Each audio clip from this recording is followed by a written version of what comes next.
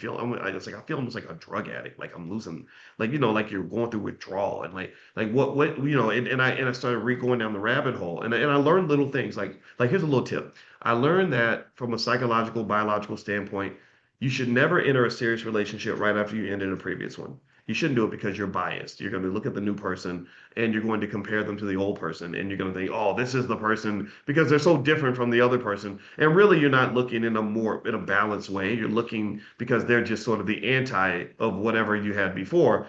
And then after about 6, 7 months, you're going to end up, like saying, okay, this is not the person for me.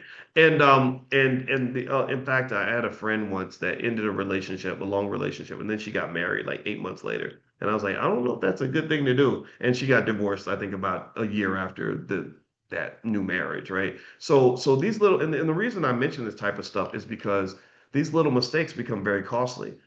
They're not just costly in terms of money because divorce is expensive. They're costly in terms of time and energy.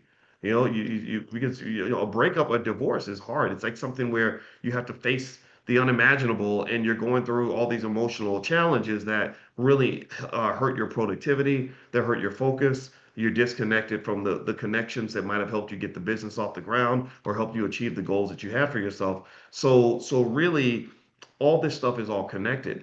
And so, anyway, during that time where I was just spending all that time just studying myself and studying life and trying to understand relationships and women and all that, I walked away after about a week.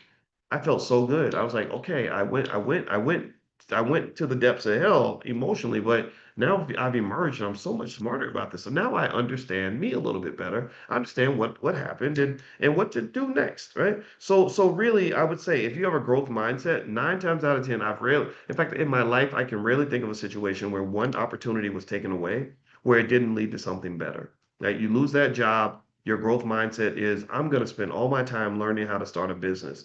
A lot of times when God takes something away from you, He's really pointing you in the direction you're supposed to go. But sometimes we spend so much time looking back that we can't look forward, and we miss what we're supposed to have because we're so focused on trying to obtain what we should not have in the first place. Do you understand what I mean? Like that wasn't for you. That job was not for you. That person was not for you. That situation was not for you. So, but there are a billion situations out there that are for you, but you gotta open your eyes and go find them. Prepare yourself for them. You work on self-development so that when the situation arises, I lost my job, I'm sad about it, but because I spent time learning business and investing in entrepreneurship, because suddenly I've been blessed with all this free time, a really valuable asset. Now, when that $1 million opportunity walks past me, I'm gonna grab that sucker because I'm gonna know what it looks like.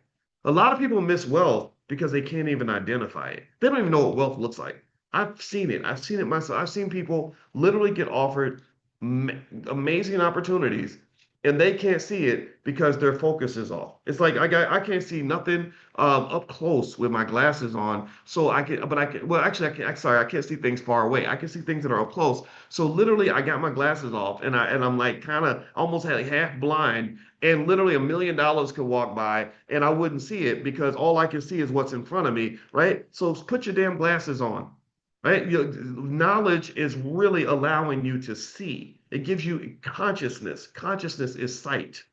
So, so that all that meditation, all that learning, sitting alone by yourself, getting into spaces with people that are going to help you elevate, that's going to help you see. And then when you can see, you become a better hunter.